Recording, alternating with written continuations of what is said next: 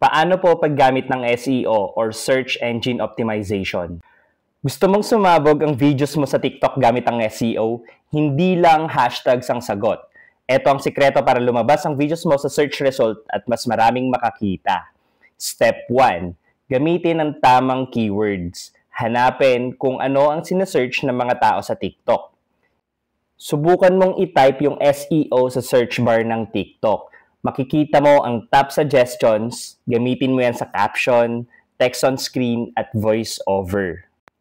Step 2. I-optimize mo ang captions at hashtags. Hindi na uso ang puro hashtag FYP.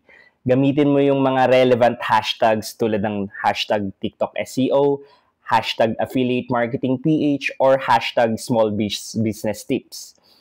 Iwasan ng sobrang daming hashtags.